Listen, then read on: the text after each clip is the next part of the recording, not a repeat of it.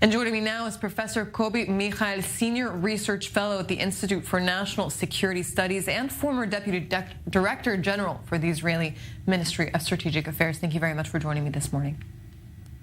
My pleasure. Good morning. Tell me, how does something like this happen? Actually, I think that this is a very dangerous precedent that indicates about a sort of a very severe flaw in the intelligence and security establishments in Jordan.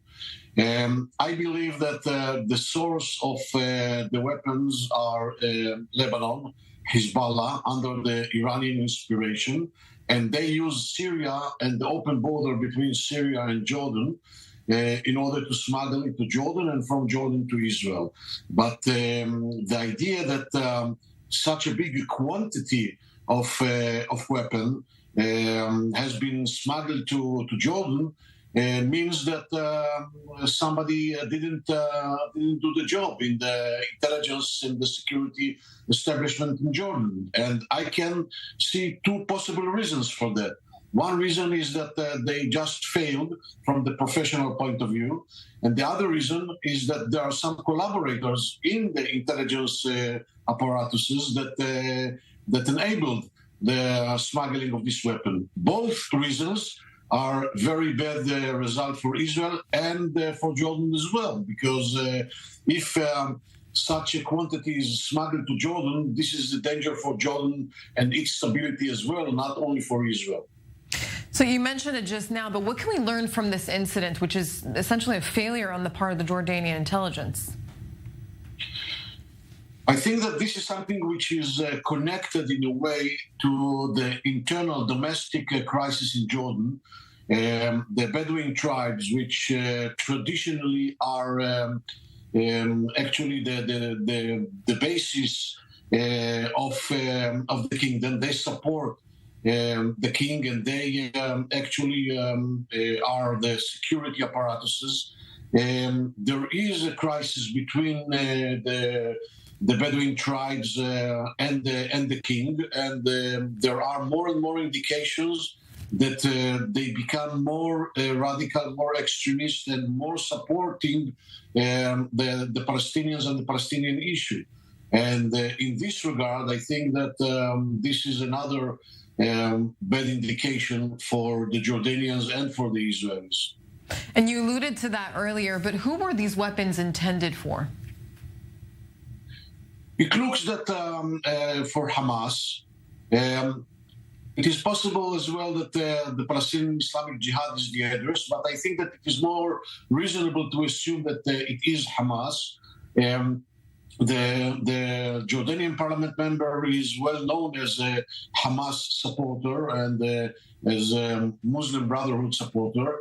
And I assume that dealing with such a big quantity, this is something that can be operated by a very big and well-organized organization like Hamas. It is, I would say, less appropriate or less suitable to a smaller organization like the Palestinian Islamic Jihad. And Kobi, how do you think this will affect Jordanian-Israeli relations, which are already running on thin ice? I think that it mainly will increase the concern of both sides, because we have to understand that there are very good relations and very high quality or level of cooperation between the security establishments, I mean the Jordanian and the Israeli ones, in contrary to the very bad political relations. And I think that both sides are very concerned in this regard. And I think that generally speaking, and maybe in a very paradoxical manner, it might improve the political relations, because the king and Jordan, generally speaking, are pretty embarrassed from this incident. And I think that they will try to compensate in closer cooperation with Israel or closer talks with Israel. But days will say. And Kobi, surely this will have some sort of effect on the coordination, the security coordination between Israel and Jordan, no?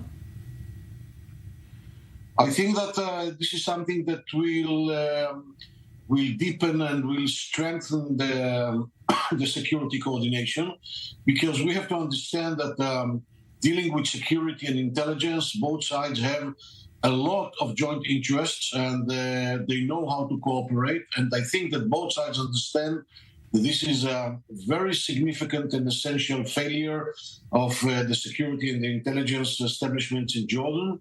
And I think that they will make all the possible efforts in order to correct it. Professor Kobi Michael, thank you very much for your insight this morning.